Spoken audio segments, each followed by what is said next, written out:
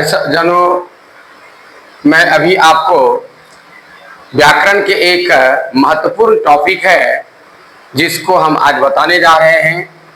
शायद आपने इसको सुना है या ना सुना हो या पहली बार सुन रहे हैं, लेकिन आप ध्यान से सुनेंगे समझ में आ जाएगी।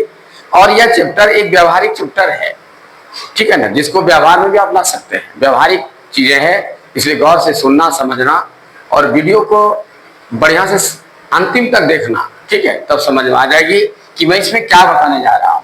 सबसे पहले मैं इसको परिभाषित करता हूं कि आखिर अनुतान या सुर लहर है क्या।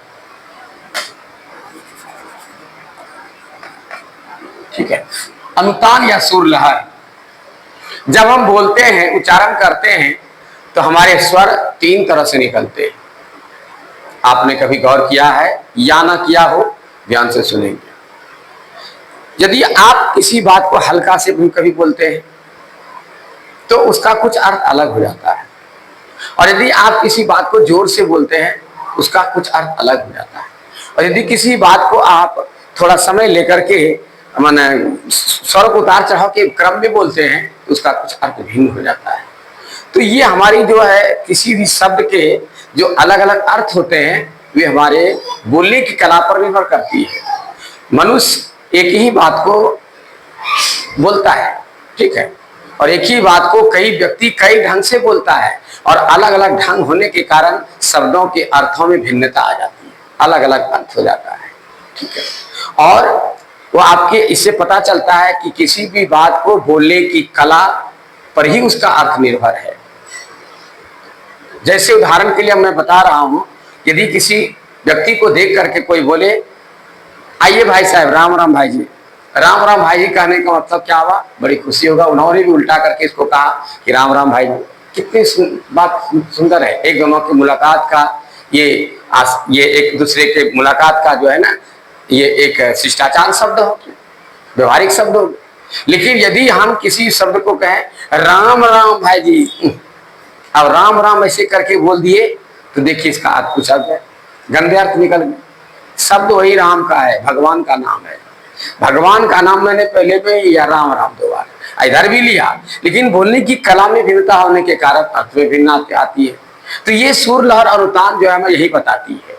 तो स्वरों के परिभाषा क्या होगा इसका, स्वरों के आरोह एवं अवरोह। आरोह होता है ऊपर चढ़ा करके किसी को बोलना तेजी से, और अवरोह होता है नीचे करना, ठीक है, और इसी क्रम को लगातार करना। तीन बातें हैं, एक आरोह माना ऊपर चढ़ के बोलना तेजी से जोर से, एक अवरोह हल्का से बोलना, एक होता है ना उतार चढ़ाव के साथ रेघा करके बोलना, ठीक है। तीन कला है, तो तीनों कलाओं से बोलना ये अनुतान और सुर लहर का परिभाषा है। यानी स्वरों के आरोह एवं अवरोह के क्रम को हम अनुतान या सुर लहर कहते हैं। परिभाषा क्या हुआ, एक बार फिर से रिपीट मेरे साथ कर लीजिए। स्वरों के आरोह एवं अवरोह के क्रम को हम सुर अनुतान या सुर लहर कहते हैं। बस बस समझ गए, आप लोगों को आ गई बात समझ, ठीक है। ध्यान से सुनिए, फिर से एक बार मैं रिपीट कर रहा हूं। स्वरों के आरोह एवं अवरोह के क्रम को अनुतान या सुर लहर कहते हैं। तो आप देखिए व्यवहारिक रूप में इसको समझें कि यदि हम इसको ह्रस्व के रूप में प्रयोग करते हैं, ह्रस्व में होता है हल्का, ठीक है, और दीर्घ के स्वर में बोलते हैं यानी होता है जोर से, और एक होता है लयात्मक,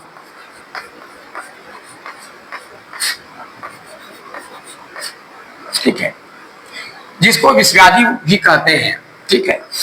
अब देखिए तीन तरह से हम बोलते हैं। एक हुआ हल्का, जैसे किसी ने कहा भैया आप बाहर जा रहे हैं ना, मेरे लिए कुछ सामान लेते आना है। उन्होंने कहा अच्छा ठीक है, अच्छा ठीक है। ये जो उन्होंने कहा अच्छा ठीक है हल्की आवाज में कहा, ये आपका हो गया स्वीकारात्मक। स्वीकारात्मक का अर्थ हुआ कि आपकी बात को उसने स्वीकार कर लिया, आपने जो बोल दिया उन्होंने आपकी बात को स्वीकार किया, नकारा नहीं, नेगेटिव नहीं बताया, ठीक है, स्वीकार कर लिया।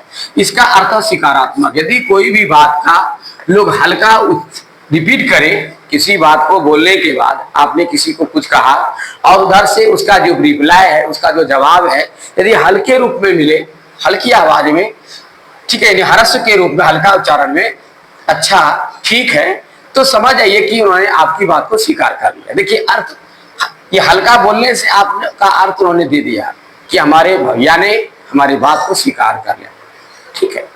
अब चलिए उसी बात को, यदि कोई बात है, यही बात है, भैया मेरे लिए कुछ सामान लेता है ना, और उन्होंने कहा अच्छा,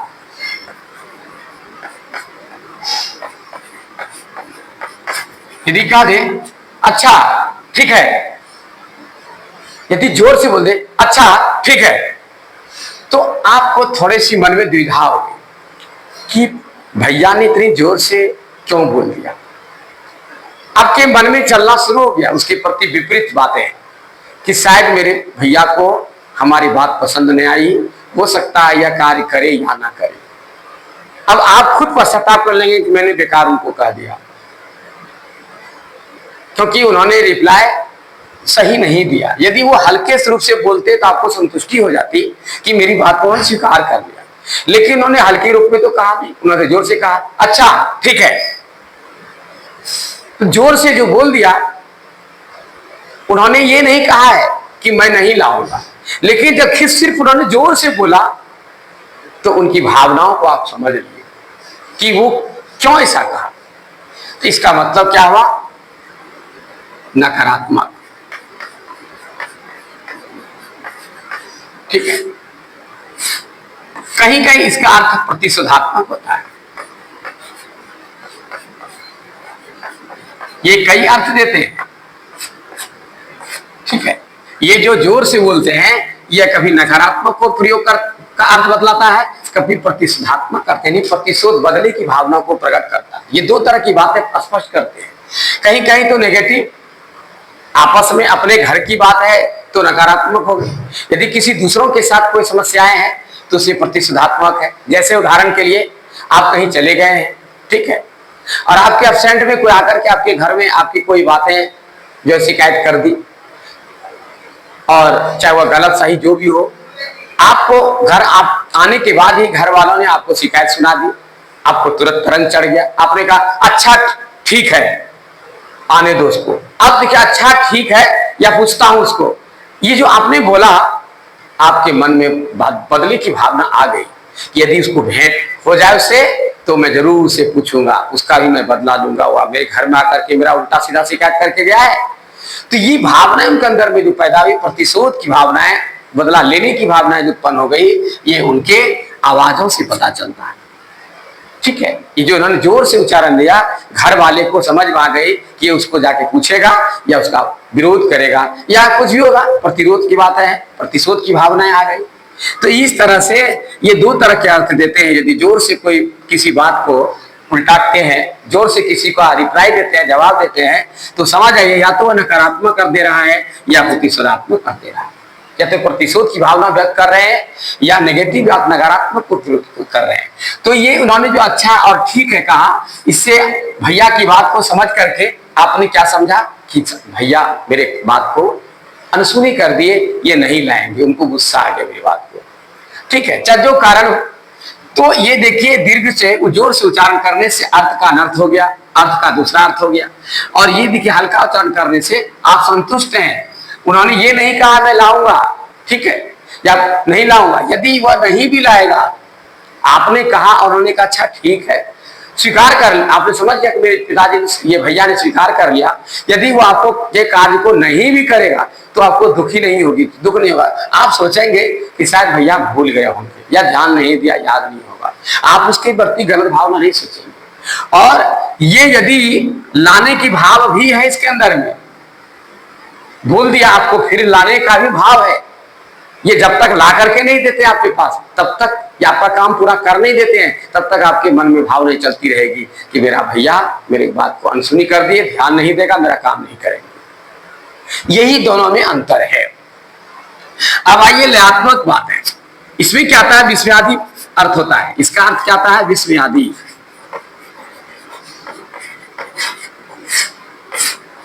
विस्मयादि बोधक अर्थ होता है। विस्मयादि बोधक क्या आता है? विस्मय, या तो आश्चर्य, दुख, शोक, चिंता, ठीक है ना, या खुशी, उल्लास, ये सारी बातें जो है इसी के अंतर्गत, विस्मयादि के अंतर्गत आता है, ठीक है ना। तो कभी कभी क्या होता है कि आपके यहाँ कोई आ रहे हैं, ठीक है, आते ही आपने देखा या कोई घर में खबर आ गया, अंदर में आप बैठे हैं, बाहर से आए कि भैया या पापा फलाना आदमी जो है आ रहे हैं, ठीक है। तो आपने कहा ठीक है आने दो, आप उनको देख सुन करके आप उन करके जाने लगे, वो आ रहा है। जैसे उन्होंने आपने आपकी नजर से मिली, आप हैं, आइए आइए बैठिए, आप मुस्कुरा करके आइए बैठिए, अच्छा ठीक है आप हैं, तो देखिए अच्छा ठीक है, अच्छा ठीक है, वही बात है, अच्छा ठीक है आइए। तो आपने थोड़ा सा उसको लयात्मक के रूप में कहा, अच्छा अच्छा आइए, ठीक है आइए आइए। तो आपने जो उसको आइए आइए कहा, ठीक है आइए आइए, तो ये जो बार बार कहा, ये एक लयात्मक रूप में कहा, ठीक है ना। तो ये अर्थ क्या हुआ, आप आश्चर्य कर रहे हैं, या तो आपको उनके देख करके खुशी हो गई कि ये मेरे यहाँ कैसे आ गए, ये मेरे साथ आने वाला नहीं था, कभी बोले थे आज तक आए नहीं थे, आज कैसे आए, या तो विस्मय वाली बात है, या खुशी की बात है, या आश्चर्य की बात है, कुछ तो बात है। इसलिए आपने लयात्मक भाव से, इस लयात्मक भाव से क्या हुआ कि जिसके लिए आपने यह बात का प्रयोग किया, वह अगला व्यक्ति भी खुश है कि मेरे आने से ये खुश है। तो ये खुशी को, शोक को, चिंता को, दुख को प्रकट करता है, ठीक है। अब यदि उस तरह का माहौल है, तो आप यदि उस तरह से भावना बना करके बोल रहे हैं और लयात्मक में बोल रहे हैं, हाय रे हाय ये क्या होगा तुम्हें, तो अब लयात्मक रूप से तुम इस तरह से बोल रहे हो, ठीक है, रेखा करके हाय रे हाय रे हाय रे, तो इस तरह से जो बोल रहे हैं, इससे क्या पता चलता है कि आप अपना शोक व्यक्त कर रहे हैं। तो कहने की जो कला है, बोलने की जो कला है, यह सबसे महत्वपूर्ण है। यही वाणी भगवान ने आंखें दो दी, कान दो दिया, कहा बेटा अच्छी तरह देखो, कान दो दिया, कहा अच्छी तरह साफ साफ सुन लो, ठीक है। लेकिन मुंह एक दिया, ये दो दिए काम एक दिया, ये दो दिया काम एक दिया, लेकिन मुंह एक अकाम, मुस्कुराना, हंसना, बोलना, सारे शरीर का भरण पोषण करना, ठीक है। मुख से बना मुखिया है, शरीर का मुखिया है मुख, इसी का से द्वारा पोषण होता है। यही मुंह सारे शरीर का पोषण करता है, इसको लाजुकता भी खिलाता है, इसको भोजन भी खिलाता है, इसका इज्जत मान सम्मान भी देता है, सब कुछ यही करता है। इसलिए हमारी जो बोलने की कला है, यह सबसे महत्वपूर्ण है। इसलिए हमारे हिंदी साहित्य में व्याकरण इसलिए दिया गया है कि हमारा हिंदी साहित्य सर्वोपरि है। जितने भी साहित्य, उन सारे साहित्य, हमारे हिंदी साहित्य की जो परंपरा है, हमारे साहित्य के जो महत्व है, यह असीम है। इस तरह का कोई साहित्य है ही नहीं, इसमें सारी चीजें मिली भी है, सारी भाषाओं का सम्मिश्रण है, और इसको यदि हम सही ढंग से नहीं बोले, सही ढंग से प्रयोग नहीं करें, तो अर्थ का अनर्थ हो जाता है। इसलिए ये व्याकरण, खास करके ये टॉपिक हमें बोलने की कला को सिखाता है कि बेटा जब तुम बोलोगे, एक पढ़े लिखे लोग, पढ़े लिखे इंसान की पहचान क्या है, सबसे पहले उनकी भाषा है। आप कहीं किसी से पहली बार मिलते हैं तो पहला परिचय आपकी भाषाओं से होती है, कि आपकी बोली से होती है। यदि आपकी बोली, ठीक है ना, आप सुने होंगे कि फलाना आदमी का बोली व्यवहार बड़ी अच्छा है, तो पहले बोली तब व्यवहार, ये नहीं कहता व्यवहार बोली अच्छा है, नहीं बोलता है। जब भी बोले सुने होंगे बोली और व्यवहार अच्छा है, इसका मतलब सबसे पहले आगे क्या बोली। इसलिए प्यारे सज्जनों, याद रखना, इसको पवित्र बना के रखना, अपने मुख से इस ढंग की बात को बोलना, ठीक है, ऐसे भाषा बना करके बोलना कि सुनने वाले का पेट भर जाए। खाना बहुत बड़ी चीज नहीं है, ठीक है, खाना पीना ये तो फॉर्मेलिटी है, ठीक है, लेकिन मेन है भाषा। आपकी भाषाएं शुद्ध और परिपक्व है, भाषाओं में लक्ष्यपन है, भाषाओं में दूसरों को के प्रति आकर्षण है, तो आपकी का सम्मान हर जगह होगा। सम्मान मांगा नहीं जाता, सम्मान लेने का चीज नहीं है, सम्मान देने की चीज है। यदि आप सम्मान दोगे तो स्वतः आपको सम्मान मिलेगा, मांगने से सम्मान मिलने वाला नहीं है। इसलिए इस मुख से आप कैसे बोलेंगे, किस तरह से बोलेंगे और किसका क्या अर्थ होता है, जब इसको आप जान लेंगे तब तो प्रयोग करेंगे। ये व्याकरण हमें आपको सिखा रहा है कि बेटा तुम जो बोलोगे तुम कैसे बोलोगे, किस कला से बोलोगे जो अगला तुम्हारे ऊपर प्रसन्न हो जाए। तुम किस अर्थ से बोल रहे हो यह अगला पकड़ लेगा। इसलिए आपको बोलने की कला होनी चाहिए, ठीक है ना। तो ये आपका अनुतान या सुरलहर हुआ। आइए, ये दो तरह के होते हैं, दो प्रकार के होते हैं।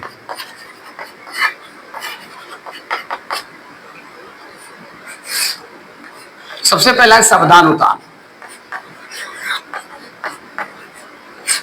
और दूसरा है वाक्यानुतान।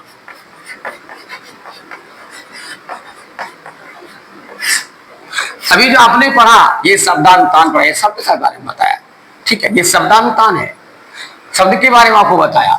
और दूसरा है ये वाक्यानुतान, ये वाक्य के द्वारा भी होता है। हम जो वाक्य जो बोलते हैं, यदि वाक्य को बोलने की हमारी कला हो सही, तो एक ही वाक्य अर्थ का अनर्थ भी करता है और सकारात्मक अर्थ देता है, नकारात्मक देता है, प्रतिष्ठाता का अर्थ देता है, ठीक है। इसलिए हमें बोलने के समय हमेशा अंदर में सोच लेना चाहिए कि हम जो ये बोल रहे हैं किस ढंग से बोलें कि अगले को तकलीफ ना हो, वह मेरी तरफ खुश हो जाए, ठीक। इसलिए हमारे विद्वानों ने शास्त्र में भी लिखा है कि झूठ बात को कभी प्रिय बना के नहीं बोलना है और न अप्रिय बना के बोलना है, उसमें हमेशा वर्जित है।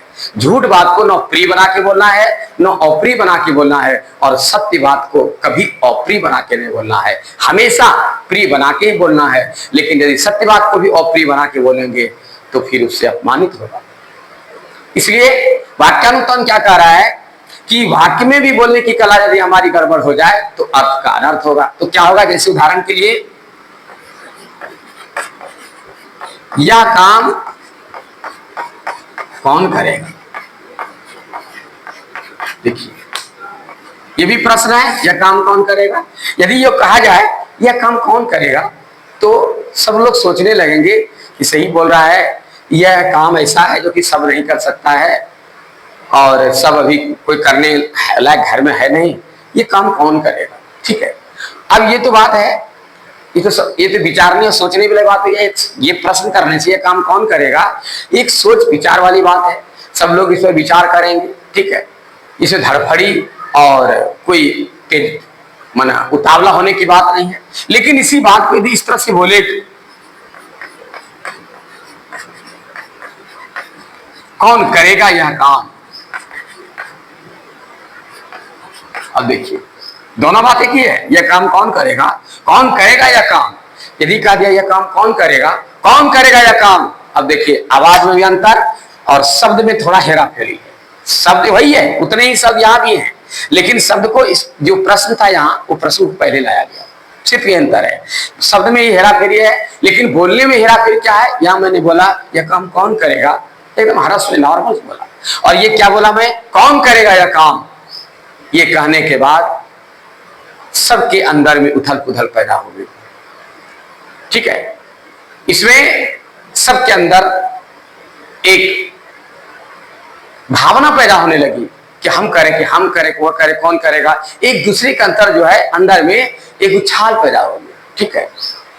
एक प्रकार का इसको हम कह सकते हैं कि दूसरी भाषा में हम इसको अपनी भाषा में व्यक्त नहीं कर पा रहा हूं, एक उसको हम इस तरह से बोल सकते हैं कि सबके अंदर इन्होंने एक प्रकार का ये उछाल पैदा कर दिया, सोचने के लिए विवश किया, ठीक है। और सबके अंदर छटपटी पैदा कर दिया, ठीक है, कि हम यदि कर लें, वो सोचता हम कर लें। अब यहां तो एक चेतावनी वाली बात है, ठीक है, बहुत बड़ी हिम्मत वाली बात है। अब यहाँ सब सोच रहे हैं कि हम हिम्मत दिखाएं, कि हम हिम्मत दिखाएं, कि हम हिम्मत दिखाएं। यहाँ तो हिम्मत वाली बात हो गई।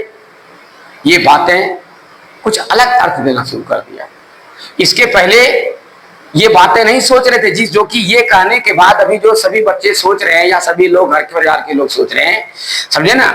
ये कहने के समय जिस तरह की भावनाएं अभी सबके अंदर पैदा हो गई, ये भावनाएं ये बोलने के समय पैदा नहीं हुई। लेकिन जब उसी बात को हम इस तरह से बोल लेते हैं तो वही व्यक्ति, वही काम, वही समय आदमी के अंदर उछाल पैदा कर दिया, वो सोचने के लिए विवश हो गया। ठीक है ना, ठीक है ना, वह अलग अलग बातें सबके अंदर में चलने लगी और सबको के मन को बदल दिया। इसलिए हमारी भाषा पर निर्भर है कि हम किस तरह बोलें, कैसे बोलें, जो कि हमारी बातें हमारे उपयुक्त हो, जो जिस भाव से बोल रहे हैं वह सही अर्थ दे। ठीक है ना, इसके लिए हमको बोलने की कला सीखनी होगी। आप यदि अच्छे भाव से बोल रहे हैं और बोलने की कला में गड़बड़ी है तो भाव भले अच्छा है लेकिन अर्थ गलत हो जाएगा। यदि भावना आपकी गलत है, ठीक है, गलत भाव से भी यदि अच्छी बातों को सजा करके लोग बोलते हैं तो वह लोग उसको गलत नहीं समझते। इसलिए प्यारे बच्चों, आज मैं आपकी सेवा में ये अनुतान और सूरलहर के बारे में शिक्षा दिया और यह पढ़ने के साथ साथ आपके व्यवहारिक जीवन में भी उपयोग में है। यदि इसको धारण कर लेंगे तो मुझे आशा है कि जीवन में आपको सम्मान छोड़ करके अपमान नहीं मिलेगा। इसलिए इसको जरूर धारण करें और प्रयोग में भी लाएं अपने जीवन में, और जहां परीक्षा में पूछा जाए तो वहां आपको जवाब देंगे ही कि इसमें कहाँ क्या चीज है और किस ढंग से इसका बोला जाता है। ये जहां जैसे क्वेश्चन करे आप उसका जवाब दे सकते हैं। तो सज्जनों, मुझे तब तक के लिए इजाजत दीजिए। धन्यवाद।